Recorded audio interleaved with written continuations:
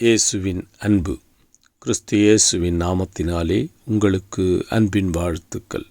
நீதிமொழிகள் 17ஆம் அதிகாரம் 6ஆம் வசனம் சொல்லுகிறது, பிள்ளைகளின் பிள்ளைகள் முதியோர்களுக்கு கிரீடம், பிள்ளைகளின் மேன்மை அவர்கள் பிதாக்களே. பிரியமானவர்களே, பெற்றோர்களாகிய நாமே பிள்ளைகளுக்கு மேன்மையாயிருக்கிறோம். இதோ உங்கள் பிள்ளைகளுக்கு இந்த பூமியிலே நீங்கள் எதை வைத்து போகிறீர்கள்? அழிந்து போகிற பொண்ணோ பொருளோ பொக்கிஷங்களையோ இல்லை ஆஸ்தியோ அந்தஸ்தோ இவைகளை சேர்த்து வைத்து செல்கிறீர்களா? மாறாக கனத்தையும் அவர்களுக்கு ஆசீர்வாதத்தையும் வைத்து போகிறீர்களா? வேதத்திலே ஒரு வசனம் உண்டு, உங்கள் பொக்கிஷங்களே பூலோகத்திலே சேர்த்து வையாதிருங்கள், இங்கே பூச்சியோ கரையானோ இவைகளை அரித்துவிடும். மாறாக பரலோகத்திலே சேர்த்து வையுங்கள், அங்கே பூச்சியும் இல்லை கரையானும் இல்லை. கர்த்தர் அதை பாதுகாத்து உங்கள் சந்ததிகளுக்கு ஆசீர்வாதமாக கொடுப்பார் என்று வசனம் இருக்கிறது.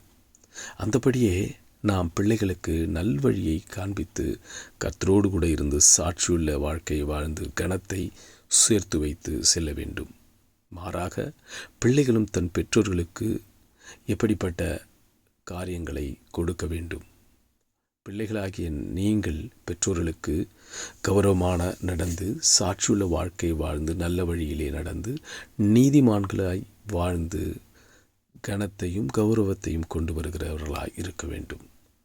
மாறாக இளைச்சை உண்டு பண்ணுகிறவர்களாய் இல்லாதபடிக்கு நீதியின்படி நடக்கிற ஒரு பிள்ளையாக சான்றோன் என கேட்ட தாய் என்ற வாசகத்தின்படி ஒரு சான்றோனாக வாழ்ந்து பெற்றோர்களுக்கு கிரீடத்தை கொண்டு வர வேண்டும். இப்படி கிரீடமும் மேன்மையும் எப்படி வரும் என்றால், கர்த்தருடைய வேதத்தின்படி வாழ்ந்து அதன்படி நடக்கிறவர்களுக்கு பெற்றோர்கள் பிள்ளைகளுக்கு மேன்மையாயிருப்பார்கள், பிள்ளைகள் பெற்றோர்களுக்கு கிரீடமாயிருப்பார்கள்.